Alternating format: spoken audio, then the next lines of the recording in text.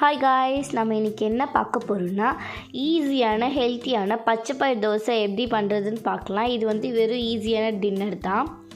இது பண்ணுறதுக்காக first 250 grams of பச்சைப்பயிரை 1 மணி நேரத்துக்கு முன்னாடியே தண்ணியில் போட்டு ஊற வச்சுருந்தேன். உங்களுக்கு சீக்கிரமாக வேணும்னா வார்ம் வாட்டரில் கூட ஊற வைக்கலாம். ஊற வச்சுட்டு அது நல்லா கொரப்பாக அரைச்சி எடுத்துகிட்டு வந்துடலாம்.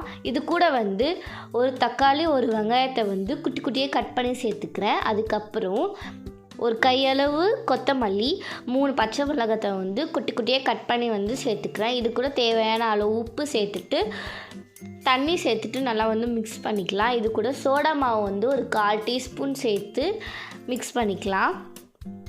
எல்லா இடத்துலையும் படுற மாதிரி நல்லா மிக்ஸ் பண்ணிக்கலாம். உங்களுக்கு என்ன வெஜ்ஜஸ் வேணால் சேர்த்துக்கலாம். கேரட் இல்லைனா பீன்ஸ் அந்த மாதிரி கூட சேர்த்துக்கலாம். உங்ககிட்ட என்ன காய்கறி இருக்கோ குட்டி குட்டியாக திருவி கூட சேர்த்துக்கலாம்.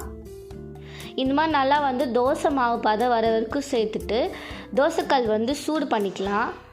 சூடு பண்ணிவிட்டு ஆஸ் யூஷுவல் நம்ம எப்படி தோசை சுடுவோமோ அதே மாதிரி எண்ணெய் ஸ்ப்ரெட் பண்ணிவிட்டு முருகெலாம் வந்தோடனே திருப்பி போட்டுட்டோன்னா இதுக்கு சைட் டிஷ்ஷும் தேவையில்லை. உங்களுக்கு வேணுன்னா தேங்காய் சட்னி சேர்த்துக்கலாம். இல்லாமல் இது நல்லா தான் இருக்கும். இது நீங்கள் செஞ்சு பார்த்து சாப்பிட்டு பார்த்து எப்படி சொல்லுங்கள். பாய் பாய்.